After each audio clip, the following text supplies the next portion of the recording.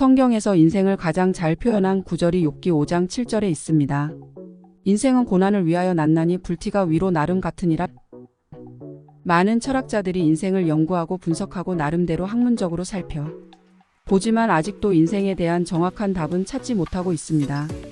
하지만 성경은 인생에 대해서 가장 명확하고 분명히 우리에게 설명하고 있습니다. 인생은 고난의 연속이며 불티가 위로 나름과 같다고 말입니다. 그렇다면 그 고난이 왜 왔는지, 인생은 왜 고난을 맞을 수밖에 없는지, 이에 대해서도 궁금해하지 않을 수 없습니다. 성경 예레미야 2장 13절에 보면 이 물음에 대한 답을 제시해주고 있습니다. 내 백성이 두 가지 악을 행하였나니 곧 생수의 근원되는 나를 버린 것과 스스로 웅덩이를 판 것인데 그것은 물을 저축지 못할 터진 웅덩이니라. 이것이 하나님께서 말씀하시는 인생의 모든 고통과 불행의 근본적 이유입니다. 성경을 보면 우리 조상이었던 첫사람 아담이 사탄이라는 악한 영적 존재에게 속아 하나님을 불신하고 하나님을 떠나게 되었습니다. 성경은 하나님이 생수의 근원이라고 말씀하십니다. 우리가 우리를 지으신 분께 속하여 살 때 목마름이 없는데 아담은 사탄의 음성을 듣고 생수의 근원이신 하나님을 버렸습니다. 그 결과로 당연히 찾아오는 것이 인생의 목마름, 삶의 갈증입니다.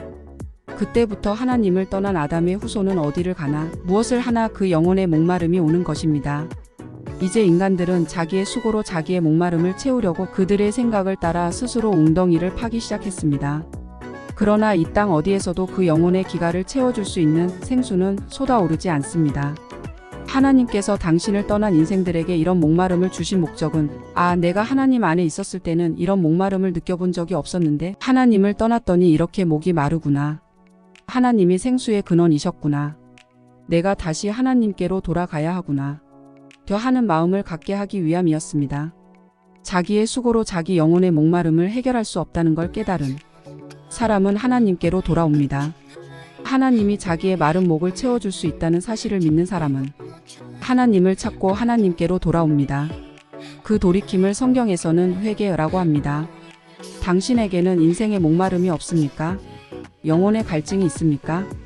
하나님께로 나아오십시오. 너희 목마른 자들아 물로 나아오라. 돈 없는 자도 오라.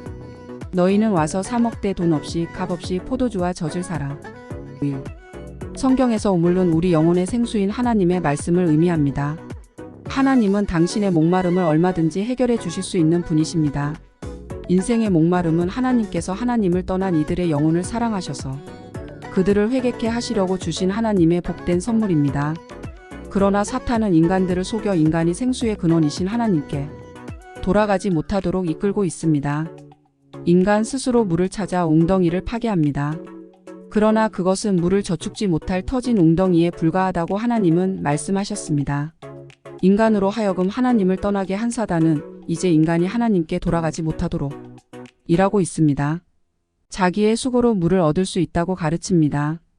인간들은 사단에게 속아 자기가 웅덩이를 좀 더 열심히 파면, 더 깊이 파면, 여기저기 많이 파보면 생수가 나올 줄 알고 수고해보지만 거기서는 결코 영혼의 생수를 얻을 수 없습니다.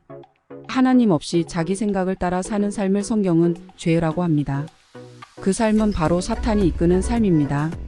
하나님과 함께 살도록 창조된 인생들이 자기를 지으신 이를 떠나 자기를 신뢰하고 사는 삶이 바로 죄입니다. 물을 얻지 못하면 목이 마르다가 고통이 오고 결국에는 죽음에 이르게 됩니다. 그래서 하나님은 죄의 삭은 사망이라고 하십니다. 바로 인간이 생수의 근원이신 하나님을 떠난 결과가 사망이라는 것입니다. 그 목마름과 고통, 인생의 수고와 슬픔, 저주와 사망은 하나님께로 돌아갈 때 비로소 끝이 납니다. 당신의 삶 속에 목마름과 고통, 수고와 슬픔이 있다는 것은 당신이 하나님을 떠났기 때문입니다.